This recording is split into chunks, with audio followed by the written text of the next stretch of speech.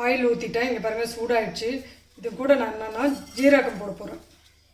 பாருங்கள் ஜீரகம் போட்டு அது பொரிஞ்ச உடனே கூடவே கொஞ்சம் கறிவேப்பிலை,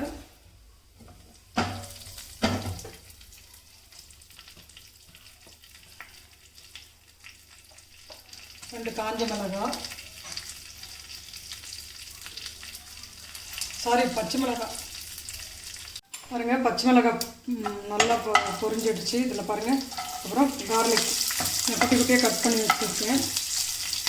கார்லிக் போட்டுருங்க. அப்புறம் குடமிளகா கொஞ்சம் போட்டுருங்க. கேப்சிகம்,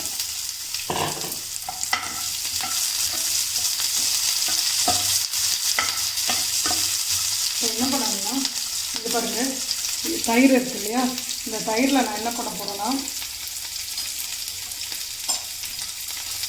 சால்ட்டை போட்டுக்கிட்டு கொஞ்சம் மசாலா போட்டுக்கிட்டு கொஞ்சம்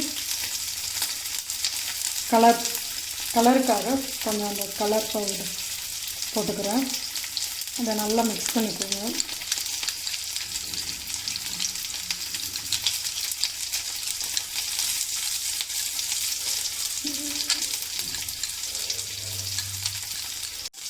இது கூட கொஞ்சம் ஒரு ஸ்பூன் கார்ன்ஃப்ளவர் மாவை கலந்துக்கோங்க.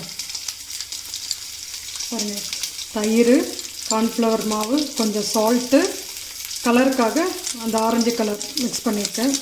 இப்போ என்ன பண்ணலான்னா இதில் ஊற்றி கலந்துக்கோ.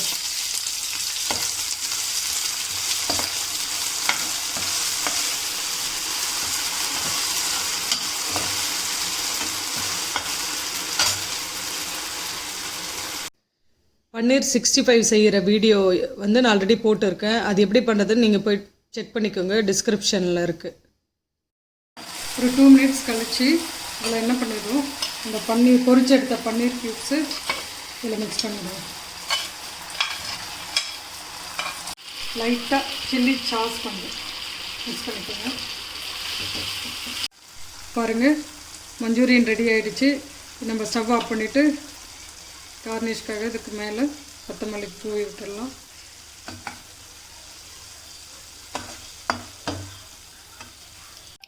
இங்கே பாருங்கள் ரெஸ்டாரண்ட்டு ஸ்டைலில் இன்றைக்கி நான் வந்து பன்னீர் மஞ்சூரியன் செஞ்சு காமிச்சிருக்கேன்.